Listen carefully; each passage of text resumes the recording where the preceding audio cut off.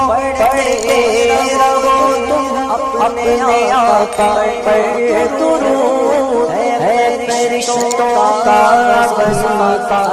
صلاۃ و سلام۔ دادا جان دنیا سے جا رہے ہیں، پیارے خواجہ خواجگاہ اپنے نانا جان کے عکس کو لے کر جا رہے ہیں، دنیا میں آئے ہیں، 5 سال کی حیات ظاہری کا لمحہ ہوتا ہے، دادی جان دنیا سے جا رہی ہے، آپ کے 15 سال کے حیات ظاہری کا دور شروع ہوتا ہے، آپ کے والد محترم دنیا سے جا رہے ہیں، 16 سال کی عمر یا 17 سال کی عمر جب آپ کی حیات ظاہری کی ہوتی ہے، آپ کی والد محترمہ دنیا سے جا رہی ہے۔ اب حال کیا ہوتا ہے جب والد محترم دنیا سے گئے تو آپ کے والد محترم کے جانے کے بعد میں وراثت میں 2 چیزیں آپ کے حصے میں آتی ہے، ایک پنچکی آتی ہے اور ایک انگور کا باغیچہ آتا ہے، دونوں کی رکھوالی کیا کرتے ہیں۔ لیکن حال کیا ہوتا تھا، خواجہ خواجگاہ شاہ ہندوستان جب باغ کے اندر جاتے تھے تو قرآن کی تلاوت بلند آواز سے کیا کرتے تھے، اتنی موہنی آواز، اتنا پیارا انداز تھا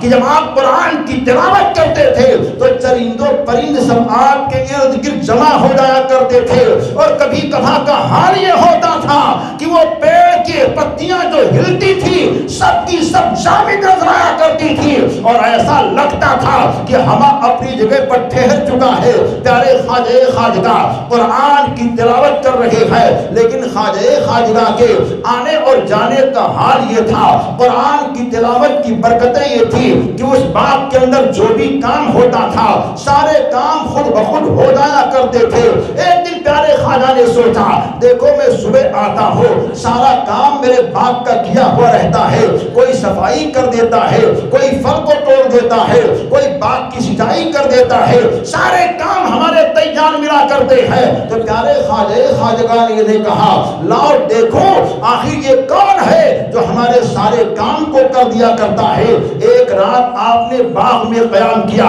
تو دیکھتے کیا ہے، پیڑ کے پھل جو ہے خود بخود ٹوٹ کر کے ایک جگہ جمع ہو رہے ہیں، کوئی جھاڑو دے رہا ہے، کوئی سینچائی کر رہا ہے۔ پیارے خواجہ خواجگاہ نے کہا، یہ کون دوست ہے جو ایک دوست کے کام کو کر رہا ہے مگر چہرہ نہیں دکھا رہا ہے؟ اتنا کہنا ہوتا ہے، دھیمی ہوئی آواز آ رہی ہے، اے معین الدین حسن، ہم آپ کے دوست نہیں، ہم سب آپ کے شاگرد ہیں۔ آپ نے کہا، ہم نے کسی کو پڑھایا نہیں، تم کیسے ہمارے شاگرد ہو؟ کہ آواز آتی ہے، ہم انسانوں کی جماعت سے نہیں ہے، ہم جناتوں کی جماعت سے ہے۔ اے خواجہ خواجگاہ، اے معین الدین حسن، جب باغ کے اندر آپ قرآن کی تلاوت کرتے تھے تو ہم سب آپ کی آواز کو سن کر کے قرآن پڑھنا سدھار لیا کرتے تھے۔ یہ پیارے خواجہ خواجگاہ کے عظمتوں کو بیان کرنے والے 6 جن تھے، وہ لوگ آگے بڑھے اور ان لوگوں نے کہا، حضور صرف ہم ہی نہیں بلکہ ہمارے پیچھے اور لوگ بھی آ رہے ہیں، جن لوگوں نے آپ سے قرآن پڑھنا سیکھا ہے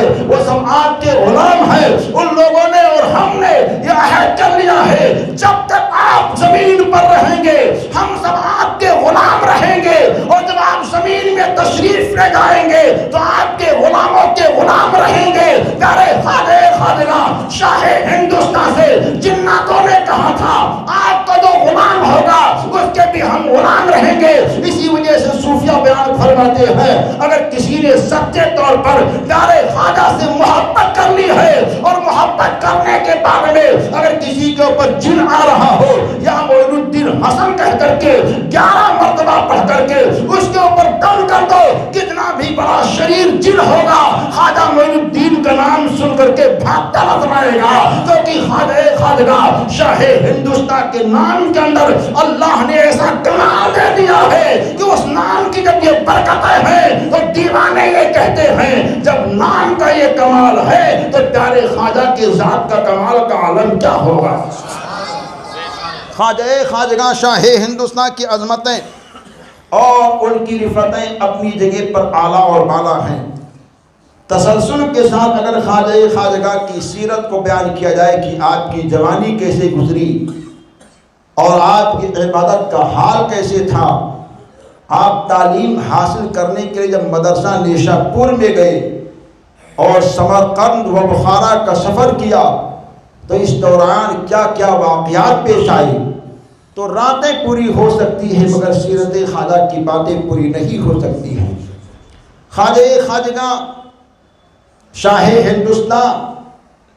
جب دینی تعلیم کے لیے مدرسے میں قیام پذیر ہوتے ہیں تو آپ کی خصوصیت تھی کہ کبھی کبھار آپ کی پیشانی سے روشنی اور اجالا ظاہر ہوتا، جس کو ہم اور آپ نور کہتے ہیں۔ وہ نور